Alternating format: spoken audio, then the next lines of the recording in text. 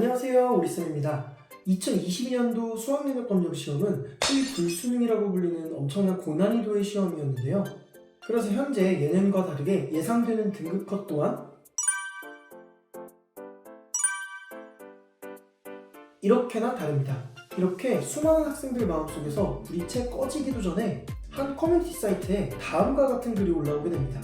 이 글은 현재 가장 선호되어지는 학과로 뽑히는 의과대학이 일반 대중들은 잘 모르는 화교 특별전형이라는 입시전형이 정원 외로 있어서 화교에 해당하는 학생들은 굉장히 쉬운 난이도로 의과대학에 입학할 수 있다는 내용이었는데요. 글 내용에 따르면 이 화교 특별전형은 입시 요강에도 잘 나와 있지 않으면서 정원 외 입학으로 거기다가 허들도 굉장히 낮다고 합니다. 또한 이 내용과 관련되어서 따라 있는 댓글에는 제 친구가 이걸로 고대의대 갔어요. 중국말 1도 모르고 한국에서 태어나 한국에서 초등학교, 중학교, 고등학교를 나왔는데 화교라고 특례로 갔다고.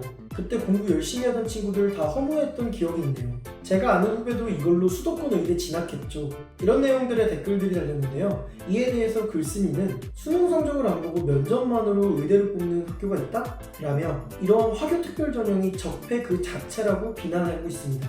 그래서 이 글을 근거로 청와대 국민청원까지 올라왔는데요. 청와대 청원에서도 우리나라 학생들은 이러한 전형이 있다는 것조차도 잘 모른다고 강조하면서 상대적 박탈감을 호소하고 있었습니다. 그리고 이 청원을 근거로 수많은 기사들이 쏟아졌고 많은 사람들의 관심을 받게 되었습니다. 저 또한 치열했던 수능이라는 경쟁을 경험했던 학생으로서 이 문제의 진실을 굉장히 알고 싶었고 모든 학과를 알아볼 수는 없기 때문에 의과대학을 기준으로 해서 사실을 확인해봤습니다.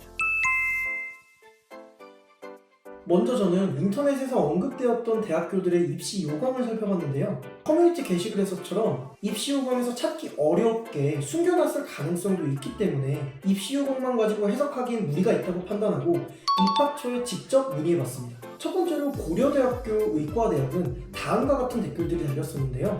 입학처에 음성 녹음본은 공개할 수가 없지만 고려대학교 의과대학 입학처 담당자분께 문의한 결과 화교 특별전형이라는 것은 고려대학교 의과대학의 입시전형으로 도입된 적이 없었고 먼 옛날에 대해서는 정확히 얘기할 수 없지만 최근 몇 년간은 그런 적이 전혀 없다.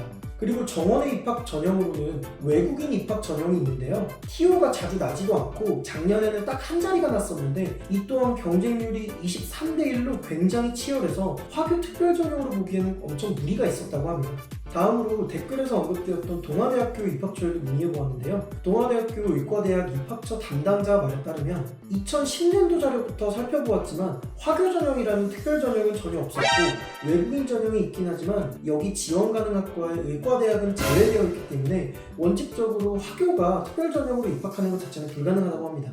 그리고 다음으로 또 언급되었던 부산대학교는 먼 옛날에는 확인이 정확히 되지 않지만 최근 5년 동안은 그런 전형이 전혀 없었으며 부산대 의과대학의 화교 전형이나 화교 학생은 전혀 확인되지 않고 만약에 극소수가 있다고 하더라도 노력해서 온 화교 학생일 뿐이라고 일축하셨습니다. 그리고 커뮤니티 게시글에서 대표적으로 화교 전형을 숨기고 있다고 지적된 경북대학교의 경우에는 많은 수시 전형 중 재외국민 전형을 일부러 짜깁기 위해서 악의적 편집을 했다고 설명해 주셨으며 가장 중요한 것은 재외국민 전형으로는 의학계열 학생들을 단 한 번도 모집해 본 적 없다고 합니다. 특히 경북대는 이 부분에 대해서 커뮤니티 사이트에서 돌아다니고 있는 잘못된 사실에 굉장히 억울하다고 말씀을 하셨어요. 즉 댓글에서 언급되었던 많은 대학교에서 화교 특별 전형이라는 것은 사실 무근이며 단순히 재외국민 전형을 오해한 것이라고 해명해 주셨습니다.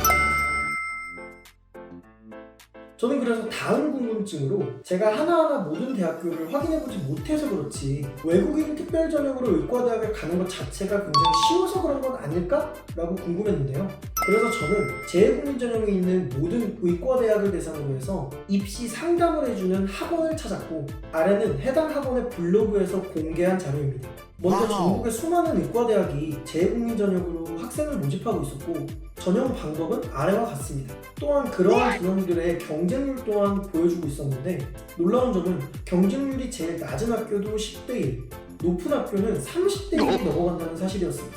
그래도 혹시 모르니까 학원에 전화해서 직접 물어봤는데요. 학원 담당자는 재외국민 전형으로 의과대학 가는 게 비교적 쉽냐는 질문에 재외국민 전형 또한 수능을 보지 않을 뿐이지 서류와 면접 그리고 수능에 준하는 많은 시험들을 준비해야 하며 절대 쉽지 않은 전형이라고 역설하셨습니다. 그래서 지금까지 결론을 좀 내리면 화교 특별전형이라고 불리는 특별전형은 없으며 이는 재외국민 전형을 화교가 지원하는 것에 대해 오해한 것뿐이라는 겁니다. 그리고 더 나아가서 이러한 재외국민 전형 또한 일반 수능처럼 엄청난 경쟁률을 뚫고 어렵게 들어갈 수 있다는 것입니다.